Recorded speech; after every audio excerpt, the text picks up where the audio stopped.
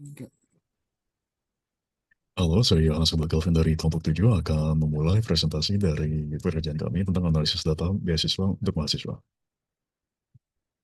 Untuk latar belakang kami akan menunjukkan manfaat data mining di bidang seleksi pemilihan beasiswa untuk mahasiswa.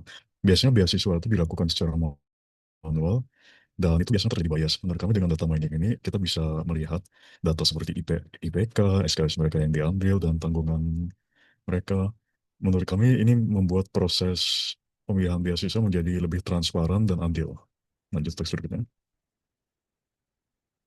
Dan ini dataset overview kami yang kami gunakan.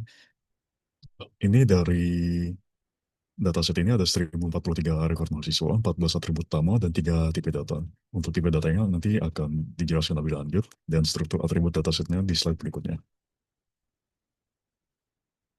Ada 3 tipe datanya, yaitu data numerik, yaitu isi tahun lulus, SKS, dan lain-lain. Data kategorial yang berupa jarak, jenis, kelamin, dan asal sekolah, dan juga data teks yang berisikan nama lengkap dan asal sekolah.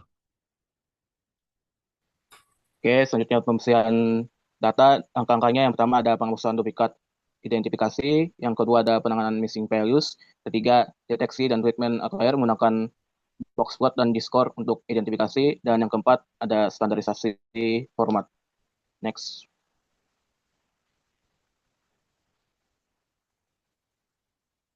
Aspek-aspek penting dalam data cleaning, pertama ada before dan after comparison, kedua ada missing value analysis, ketiga ada outlier detection, keempat ada data quality metrics.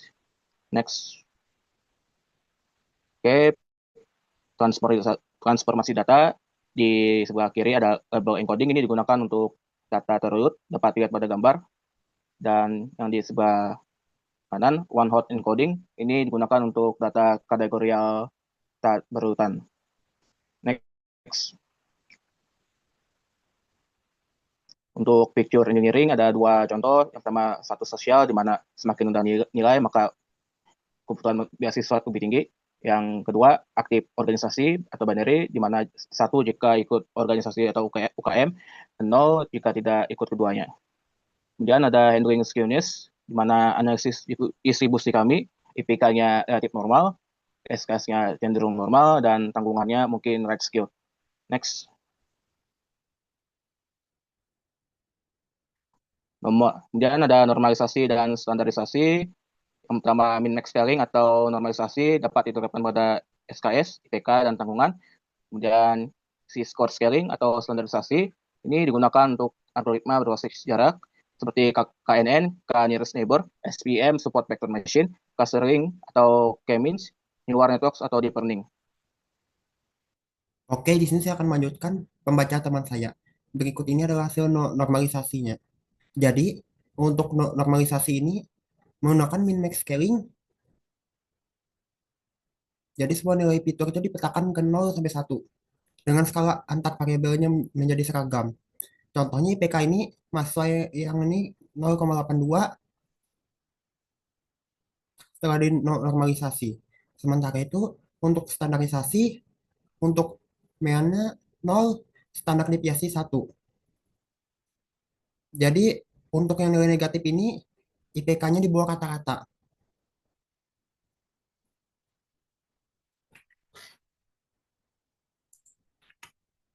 Untuk statistik deskriptif ini meliputi mean, median, standar deviasi. Jadi tabel statistik deskriptif pada gambar di samping ini menunjukkan bahwa nilai IPK mahasiswa memiliki rata-rata sekitar 3,33 dengan median 3,33 dan penyebaran relatif kecil, yaitu standar deviasi 0,27. Artinya mayoritas IPK terkonsentrasi di sekitar nilai tersebut. Jumlah SKS rata-rata adalah 27 SKS dengan median 20, mendekati standar beban studi. Sementara penyebarannya sedikit lebih lebar, standar 167. 1,67. Karena variasi pengambilan SKS setiap mahasiswa, sedangkan jumlah tanggungan keluarga rata-rata adalah 2,59 dengan median 2 dan standar deviasi 1,18. Menunjukkan sebagian besar mahasiswa memiliki 2 sampai 3 tanggungan, meskipun ada variasi hingga lebih tinggi. Ini merupakan exploratory data analysis.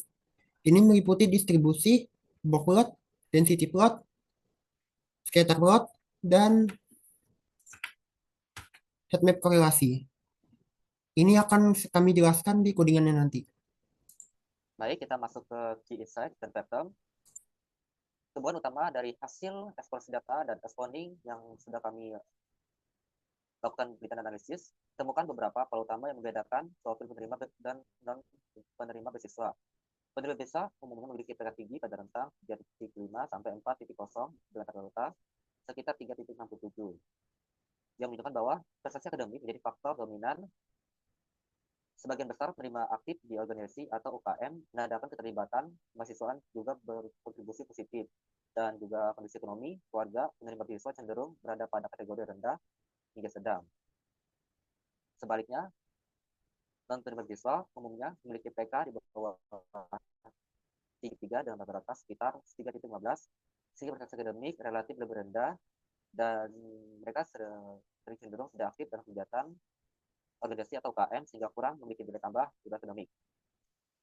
Dan juga dari sisi ekonomi, mayoritas berasal dari keluarga dengan penghasilan menengah hingga tinggi, sehingga kebutuhan finansial dianggap tidak terlalu mendesak. Dan beban tanggungan keluarga biasanya lebih kecil, yaitu kurang lebih 2 orang yang menandakan tekanan ekonomi lebih ringan. Next.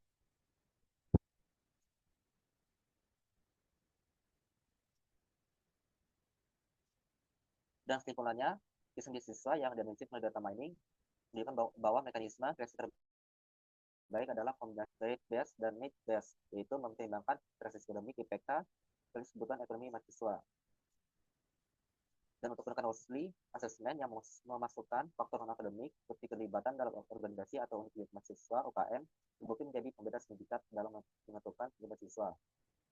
Dan juga program ini juga memiliki dampak sosial yang positif karena berhasil menjangkau mahasiswa dari berbagai latar belakang sosial ekonomi, sehingga meningkatkan keadilan dan pemerataan kesempatan dalam akses pendidikan tinggi. Untuk bagian pertama kami akan menjelaskan karakteristik dan data beasiswa. Dataset beasiswa yang dianalisis ini isinya 1043 rekor dengan 26 atribut. Datanya itu terdiri dari numerik seperti IPK, SKS, dan tanggungan. Kategorialnya itu seperti prodi, jenis kelamin, dan status beasiswa. Serta teks seperti nama dan asal sekolah dari pemeriksaan. Ada kolom tambahan yang namanya unnamed, itu isinya kosong dan nggak relevan, jadi harus dibersihkan. Hampir semua kolom ini punya missing values, tapi tidak ditemukan data duplikat di sini. Jadi setiap mahasiswa itu unik dia, dan analisis statistik menunjukkan rata-rata IPK-nya itu 3,31 dengan minimumnya 0,42 yang tidak wajar. SKS masih di dalam batas normal, yaitu 18-24, dan rata-rata tanggungan keluarga 2-3 orang. Kesimpulannya, dataset ini cukup lengkap, namun perlu pembersihan data, pengecekan nilai ulang, dan validasi angka agar analisisnya lebih akurat. Oke, selanjutnya kita masuk ke program mata cleaning. Data set awal terdiri dari 1043 baris dan 26 kolom tanpa adanya duplikat data. Proses bersihan dimulai dengan penanganan missing values menggunakan 2 strategi berbeda. Untuk kolom numerik seperti IPK, SKS, dan tanggungan, nilai yang hilang diisi menggunakan median. Sementara untuk kolom kategorikal seperti prodi, jenis kelamin, dan lainnya menggunakan modus seperti nilai berganti.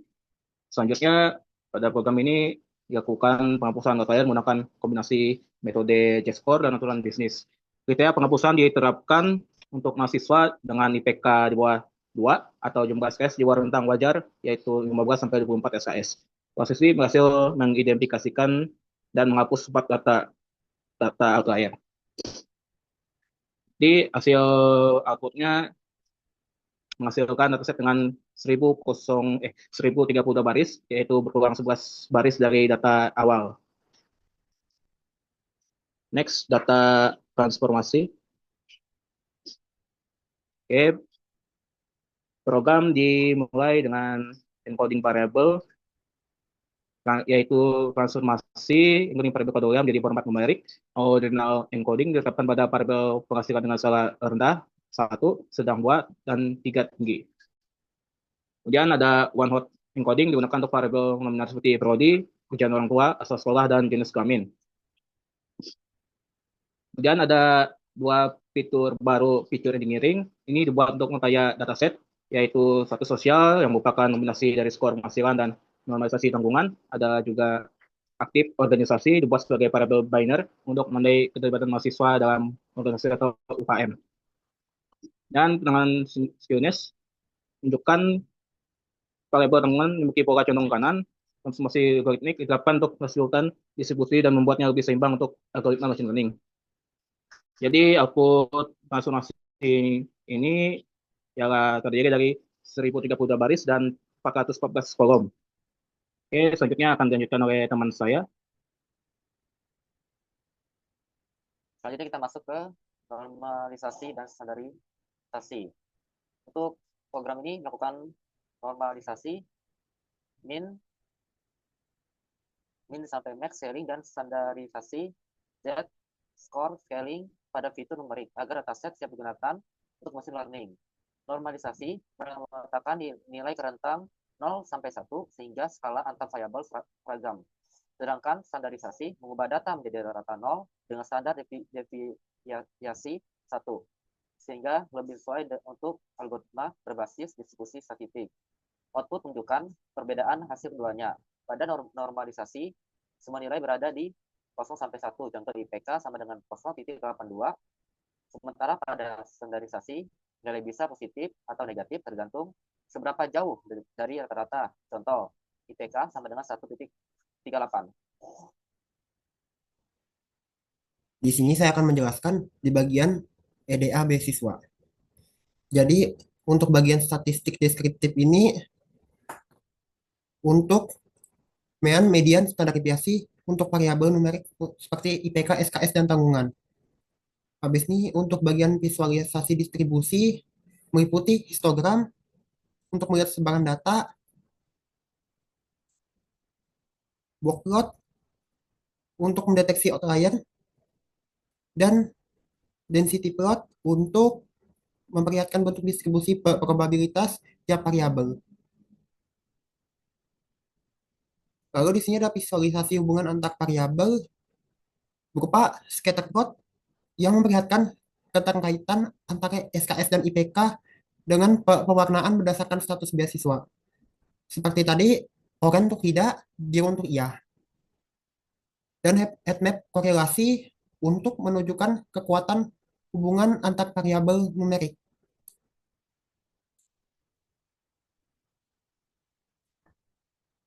Untuk hasilnya, di sini ada histogram IPK, SKS tanggungan, workload IPK, SKS tanggungan, dan density plot IPK, SKS tanggungan. Untuk histogram IPK ini, mayoritas mahasiswa mempunyai rentang IPK 3 sampai 3,5 dengan puncak sekitar 3,2 3,3. Histogram SKS ini SKS paling banyak diambil yaitu 21 SKS. Untuk tanggungan ini yang paling banyak 2 tanggungan. Untuk workload ini fungsinya untuk menunjukkan distribusi data secara ringkas. Yaitu untuk IPK mediannya di 3,3 sampai 3,4. SKS 20 sampai 21 SKS dan tanggungan 2 sampai 3 tanggungan.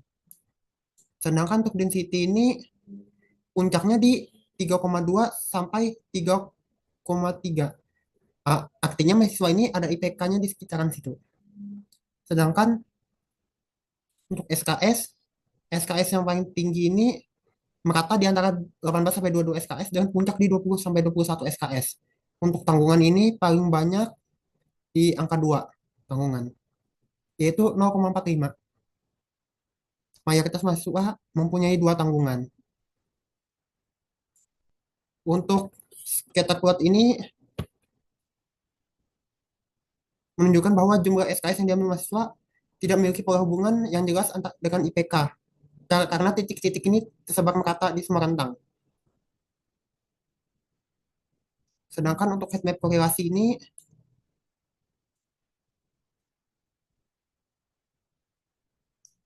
IPK dengan SKS ini satu karena dia berkorelasi dengan dirinya sendiri. Untuk IPK dengan SKS min 0,051 karena sangat lemah negatif. Yang artinya jumlah SKS yang diambil tidak berhubungan signifikan dengan IPK. Untuk IPK dengan tanggungan, korelasi mendekati 0 Artinya tidak ada hubungan linear antara banyaknya tanggungan dengan IPK.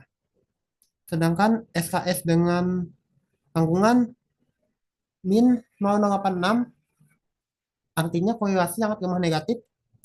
Ini banyak mahasiswa dengan banyak tanggungan cenderung mengambil SKS sedikit lebih rendah, tapi hubungan ini hampir tidak signifikan. Demikian yang dapat kami sampaikan. Mohon maaf bila ada kesalahan kata dan lain-lain. Terima kasih.